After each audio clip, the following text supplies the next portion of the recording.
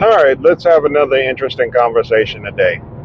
The conversation we're going to have today is about being aware of the wolves in sheep's clothing, otherwise known as the racist that pretend to be your allies.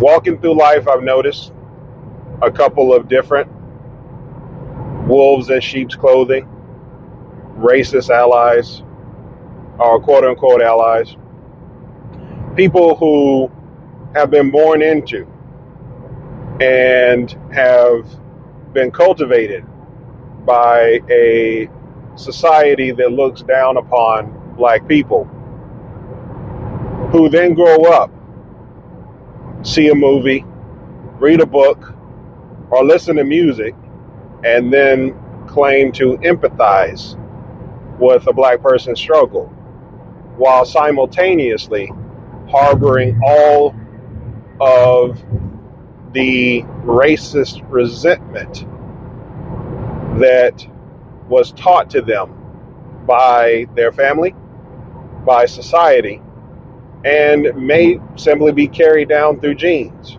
from a grandfather or a grandmother, a great grandfather or a great grandmother that was raised to think of black people as not as people. You have to be careful of your allies who harbor these racist tendencies. You have to understand that their nature is to not place you in a situation of benefit that would be beyond, or not even to place you in a situation of benefit. They will not be able to handle a situation where you gain either more esteem, financial power, or a community, or I'm sorry, not community, but more. God, I can't remember what the word. More esteem in the community, I guess. That's when the jealousy will undoubtedly show itself. There have been plenty of racist allies who have taken on the mantle of being the blind eye. If you don't know what the blind eye is, it's a movie. It's a movie based on Michael Orr, who's a real person, but they turn him into a character.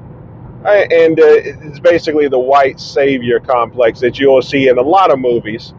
In actuality, the majority of movies where there's a majority black cast, and you'll have a white savior that will show up and make everything all right, or start showing everyone that their heathen ways can be civilized.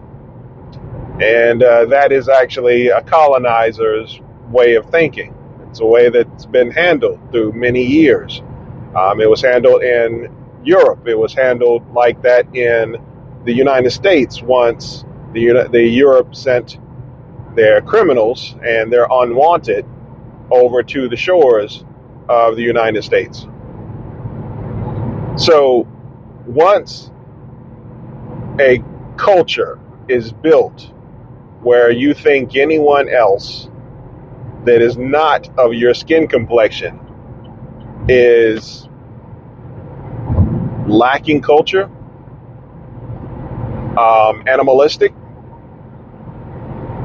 uncivilized, once you think that, and it's bred into your society on everything that you do, there's not much that you could actually do about being a true brother or sister in a struggle or fight.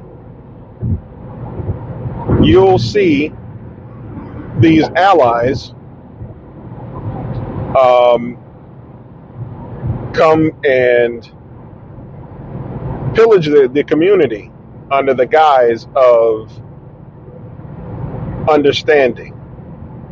They will gentrify your neighborhood to be more like them because they feel that you're uncivilized. Your culture is beneath them. If they come into your life, they will try to gentrify your life because they feel like you're uncivilized and who you are and your culture is beneath them. You see it in politics, you see it in entertainment, you even see it in neighborhoods where people will try to gentrify culture and beliefs. You always of the person of color and always towards the society that has created the systemic racism in it.